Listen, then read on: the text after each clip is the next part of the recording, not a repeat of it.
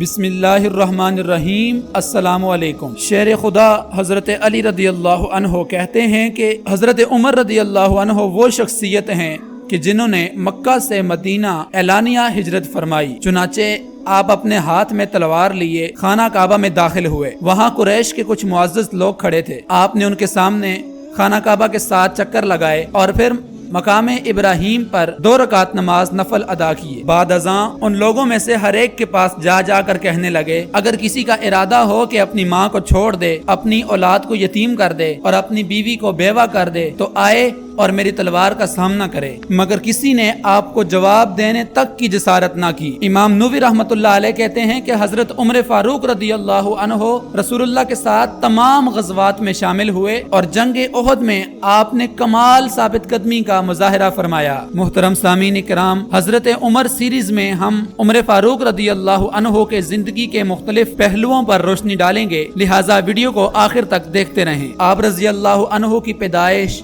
واقعہ فیل کے 13ویں سال ہوئی۔ ایک قول کے مطابق آپ رضی اللہ عنہ سے پہلے 51 لوگ اسلام لا چکے تھے۔ آپ کے اسلام لانے کا واقعہ بھی بہت دلچسپ ہے، جس کے بارے میں وہ خود بتاتے ہیں کہ میں نبی کرم صلی اللہ علیہ وسلم کی سخت مخالفت کرتا تھا۔ ایک دن میں مکہ کی گلی میں سے کہیں جا رہا تھا تو ایک شخص مجھے ملا۔ وہ کہنے لگا، عمر اپنے آپ کو بہت بڑا سمجھتے ہو مگر اپنے گھر کی خبر ہی نہیں۔ میں نے پوچھا کیا ہوا؟ تو وہ شخص کہنے لگا کہ تمہاری بہن مسلمان ہو چکی ہے۔ فرماتے ہیں کہ میں غصے سے 2-4 گھر واپس آ کر دروازے پر دستک دی۔ اندر سے پوچھا گیا کون ہے؟ میں نے کہا عمر ہوں۔ یہ سن کر وہ خوف زدہ ہو گئے۔ غرض یہ کہ میری بہن نے آگے بڑھ کر دروازہ کھولا۔ میں نے بہن کو غصے سے دیکھا اور کہا، اے میرے دشمنوں، تم نے اپنے باپ دادا کا دین چھوڑ دیا اور میرے ہاتھ میں جو چیز تھی میں نے اپنی بہن کے سر پر دے ماری، جس سے ان کے سر سے خون بہنے لگا۔ جب میں اندر داخل ہوا تو میں نے وہاں پر ایک کتاب رکھی دیکھی۔ میں نے اپنی بہن سے کہا کہ یہ کتاب مجھے دے دو، لیکن میری بہن نے کہا نہیں، تم اس کے اہل نہیں ہو، کیونکہ اس کتاب کو صرف وہی لوگ چھو سکتے ہیں جو پاک و صاف ہوتے ہیں۔ جب میں نے اصرار کیا تو میری بہن نے وہ کتاب مجھے دے دی۔ جب میں نے اسے کھولا تو اس آیت پر میری نظر پڑی جس کا مفہوم یوں تھا، اے لوگو،